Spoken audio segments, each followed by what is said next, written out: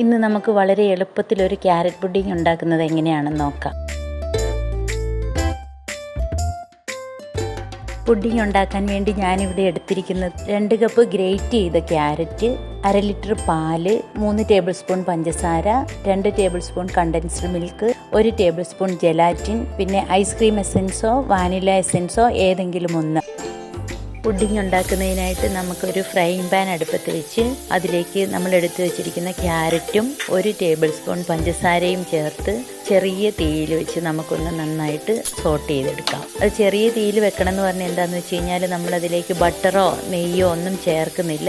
അതുകൊണ്ട് അത് അടി പിടിക്കാനുള്ള ചാൻസ് ഉണ്ടേ. അതുകൊണ്ടാണ് ചെറിയ തീയിൽ വെക്കണം എന്ന് പറഞ്ഞത്. ഒരു 3-4 മിനിറ്റ് ആയി കഴിയുമ്പോഴത്തേക്കും നമ്മുടെ ക്യാരറ്റിൻ്റെ പച്ച മണമൊക്കെ ഒന്ന് മാറി നല്ല സോഫ്റ്റായി കിട്ടും. നമ്മുടെ ക്യാരറ്റ് മിക്സിയിൽ നിന്ന് 1 സ്പൂൺ എടുത്ത് മാറ്റി വെച്ചിട്ട് ബാക്കി ഒരു മിക്സിയുടെ ജാറിലിട്ട് നല്ല ഫൈനായിട്ട് അരച്ചെടുക്കണം. ഒരു പാൻ അടുപ്പത്ത് വെച്ച് അതിലേക്ക് നമ്മൾ എടുത്ത് വെച്ചിരിക്കുന്ന പാലും ഒരു 2 ടേബിൾ സ്പൂൺ പഞ്ചസാരയും കൂടി ചേർത്ത് നന്നായിട്ട് മിക്സ് ചെയ്ത് കൊടുക്കണം.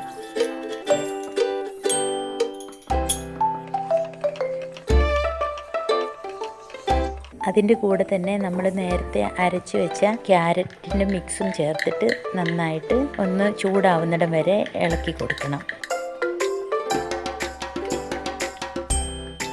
ആ മിക്സ് ഒന്ന് ചൂടായി വരുമ്പോഴത്തേക്കും അതിൻ്റെ കൂടെ തന്നെ നമ്മൾ എടുത്ത് വെച്ചിരിക്കുന്ന ജെലാറ്റിനും കൂടി ചേർത്ത് നന്നായി മിക്സ് ചെയ്യണം. ആ ജെലാറ്റിൻ ചേർത്ത് കഴിഞ്ഞ് നമ്മൾ കൈ എടുക്കാതെ നന്നായിട്ട് അത് അലിയുന്നിടം വരെ മിക്സ് ചെയ്ത് എടുക്കണം കേട്ടോ. ഞാൻ എളുപ്പത്തിന് വേണ്ടിയിട്ട് ആ പുഡിങ്ങിൻ്റെ മിക്സിലേക്ക് തന്നെ ഡയറക്റ്റ് ജെലാറ്റിൻ ചേർത്തതാണ്. അതങ്ങനെ ചേർത്ത് കഴിഞ്ഞ് കട്ടയാവാതെ നന്നായിട്ട് മിക്സ് ചെയ്ത് കൊടുത്താൽ മതി, വേറെ കുഴപ്പമൊന്നുമില്ല.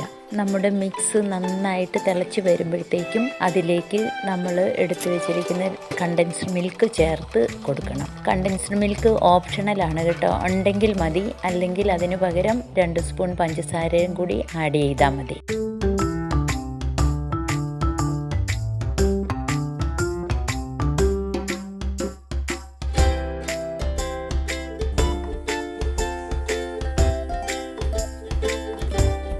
ഈ മിക്സ് നന്നായി തിളച്ച് വന്ന് കഴിയുമ്പോഴത്തേക്കും നമ്മൾ ഫ്ലേവറിന് വേണ്ടി എടുത്ത് വെച്ചിരിക്കുന്ന വാനില എസൻസോ അല്ലെങ്കിൽ ഐസ്ക്രീം എസൻസ് ആണെങ്കിലും മതി, ഏതാണ് നമ്മുടെ കയ്യിലുള്ളതെന്ന് വെച്ച് കഴിഞ്ഞാൽ അത് ഒരു 3-4 തുള്ളി ചേർത്ത് കൊടുത്താൽ മതി. അതും കൂടി ചേർത്ത് നന്നായി തിളച്ച് കഴിയുമ്പോഴത്തേക്കും നമുക്ക് ഗ്യാസ് ഓഫ് ചെയ്യാം. നമ്മൾ ഏത് പാത്രത്തിലാണോ പുഡിങ് സെറ്റ് ചെയ്യാൻ വെക്കുന്നത് അത് ഇത്തിരി ബട്ടറോ നെയ്യോ എന്തെങ്കിലും ഒന്ന് അതിൻ്റെ അടിവശത്ത് പുരട്ടി കൊടുക്കണം. എന്നിട്ട് അതിലേക്ക് നമ്മുടെ ഈ മിക്സ് ഒഴിച്ച് ഒന്ന് നന്നായി തണുത്തതിന് ശേഷം ഒരു ഫോയിൽ പേപ്പർ കൊണ്ട് കവർ ചെയ്തിട്ട് നമ്മളൊരു 3-4 മണിക്കൂർ ഫ്രിഡ്ജിൽ വെക്കണം. ഫ്രീസറിൽ വെക്കേണ്ട, ഫ്രിഡ്ജിൻ്റെ താഴെ വെച്ചാൽ മതി. ഒരു 4 മണിക്കൂർ കഴിഞ്ഞ് നമ്മളെടുത്ത് നോക്കുമ്പം നമ്മുടെ പുഡിങ്ങൊക്കെ നല്ല സെറ്റായിട്ടിരിക്കും.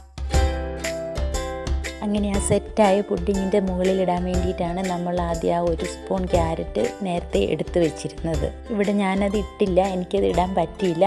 അത് നിങ്ങൾ ചെയ്യുമ്പം ഇതേപോലെ തന്നെ ചെയ്യുക. എന്നിട്ട് ലാസ്റ്റ് നമ്മൾ തണുപ്പിച്ച് ഫ്രിഡ്ജിൽ നിന്ന് എടുത്തതിന് ശേഷം അതിൻ്റെ മുകളിലേക്ക് നന്നായിട്ട് ഗാർണിഷ് ചെയ്യണം. അപ്പോൾ നല്ല രസമായിരിക്കും അത് കാണാനായിട്ട്. വളരെ എളുപ്പമാണ് ഇതുണ്ടാക്കി നോക്കാനായിട്ട്. അതുകൊണ്ട് എല്ലാവരും ഒന്ന് ട്രൈ ചെയ്ത് നോക്കണേ.